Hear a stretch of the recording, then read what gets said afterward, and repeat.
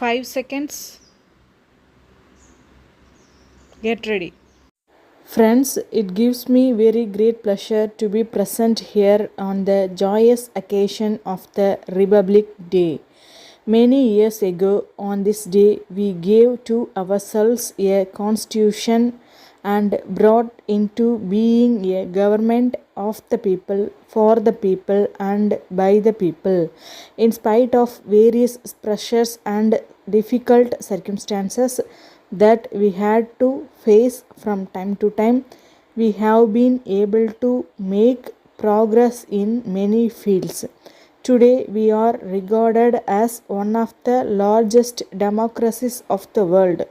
This is something which every Indian should really be proud of.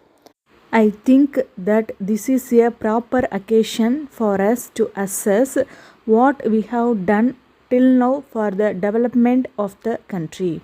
At the same time, we have to think about what should be done in the future. As you are aware, the governments, both at the center and in the states, are implementing various welfare schemes. These schemes are drawn up keeping in view the welfare of all the people in the country. But the main objective of most of these schemes is to ensure a better standard of living for those who are at present living in poverty.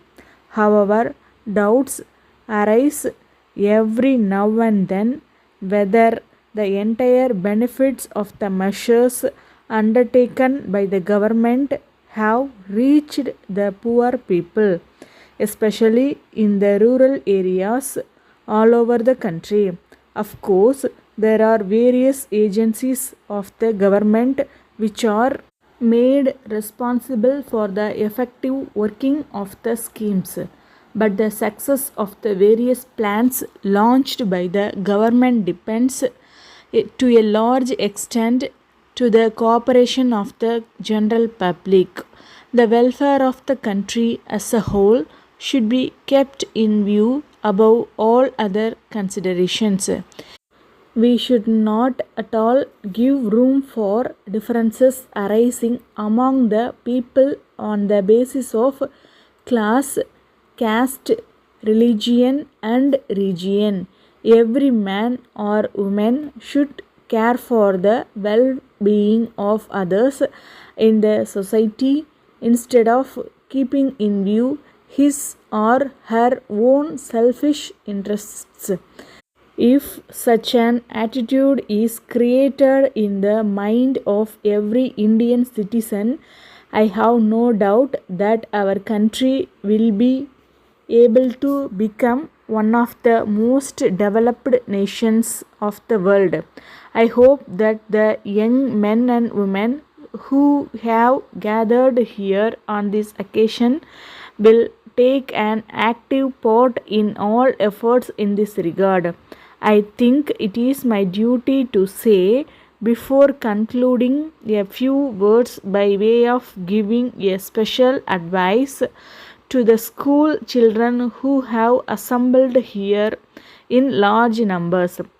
Today, we can easily say that the children of our country get the best type of education in terms of both quality and content. But the students should realize that they should not confine themselves just to learning whatever is taught in school or college. They should have a spirit of inquiry and think more and more about the ways and means of putting to practical use the knowledge gained by them in the educational institutions. If they develop such a spirit in themselves, they will have a real thirst for knowledge. When they have this thirst, they will go in a search of new areas of learning and in course of time become experts in their fields of study. If all these things happens, a day will certainly come when our country will occupy an eminent place in the world. Therefore, every student should cultivate the good habit of going deep into every fact that he or she comes across in the course of the process of learning. Letter dated 10th May 1980 from Hotel Sangam, Madurai to Professor Raman, Gandhi Road, Madras. Dear Sir, we thank you for your letter of the 5th instant. In accordance with the details given in your letter, we have reserved the rooms for the stay of the delegates who will be attending the seminar on science and society to be held here next month. During the course of the telephonic talk which you had with our manager this morning, you mentioned about the travel arrangements for the delegates. In this connection, we have spoken to the people in the travel agency who have their office in our premises. They have agreed to take care of everything, including air bookings, reservations in trains, and visits to places of interest in and around the city. We hope that they will also be writing to you in this regard. From the program sent by you along with your letter, we find that the delegates have some free time in the afternoon of the last day.